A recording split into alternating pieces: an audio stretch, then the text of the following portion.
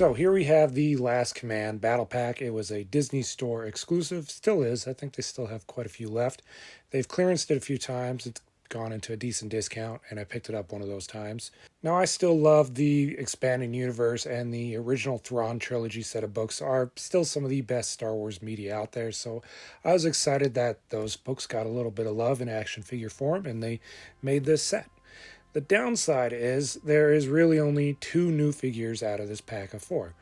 Luke is a repack, Luke is new, and the Joruus C'Baoth, I don't know how to say his name, I tried, is new as well. The Mara Jade figure is a repack as well, but she at least comes with a new head, which honestly the original figure should have had that one to begin with. So while I am happy at this set's existence, I am a little frustrated because of certain aspects of it.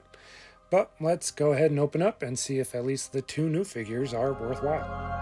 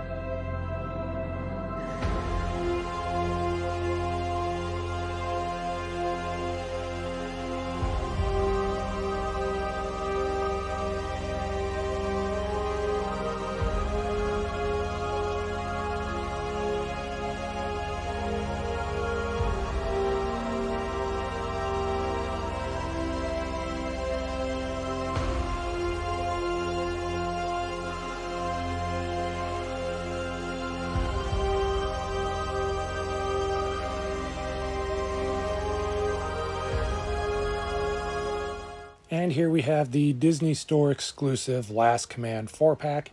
And the existence of this set is both something that makes me happy and frustrates me, just because the thought process that went into it. So for those only familiar with the Disney canon version of Star Wars, in the old canon, there was the Thrawn trilogy series of books.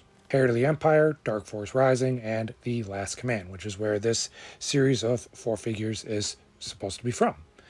And if you've not read that series of books, definitely check it out. I mean, there's a reason Disney keeps stealing from that series to put into their new canons, because it's a great set of books. Timothy Zahn is a fantastic author, and he does great stories and plays great in the Star Wars world. Anyway, regarding these figures, I think it would have served a much better purpose as either a 3-pack or 2-pack. So this isn't even the right Luke that they repackaged this series with. It should have been the sleeveless Luke that was on sale for a long time and didn't really sell in the publishing wave really well. Compared to the other figures, it's a fine figure, but the other ones in that line just were more popular and more entertaining. Well, maybe except for Jackson. And the fact that you could get this figure in another version at the exact same time is stupid. So, if we take away Luke, then this should have been a 3-pack.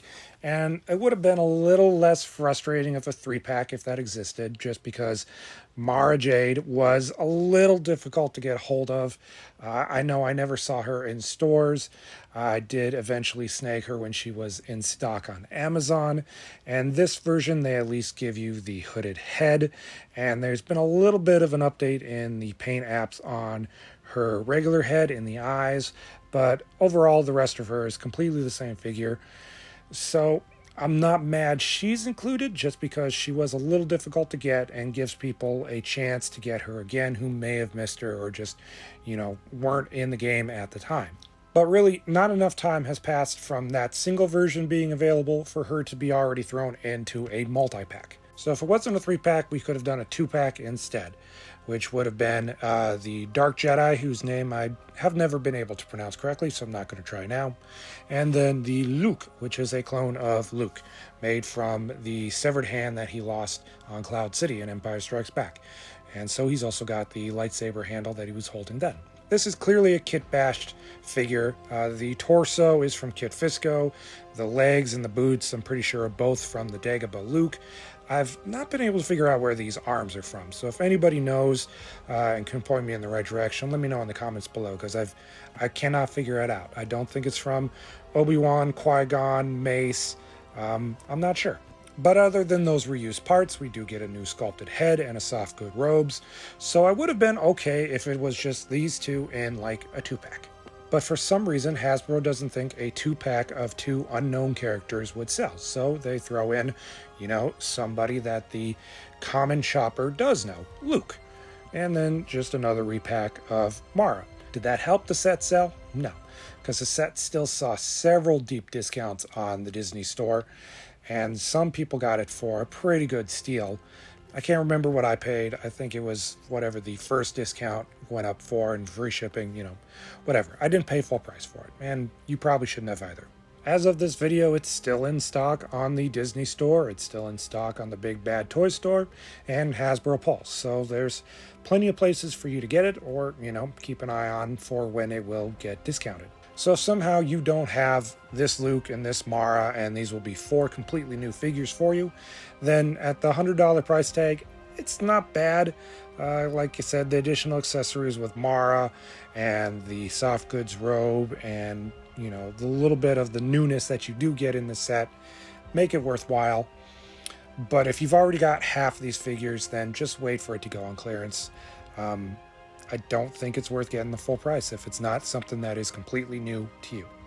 But I am torn with saying that because, one, I want to support getting figures from this source material. Like I said, the books are great. The old canon, fantastic. And I'd love to see more from those sources.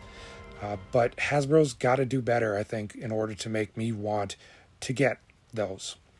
Okay, that's it for my unboxing. Stay tuned for my next build video. Here's a hint at what it could be. Leave a guess what you think it is in the comments below. Until then, stay safe. Happy hunting.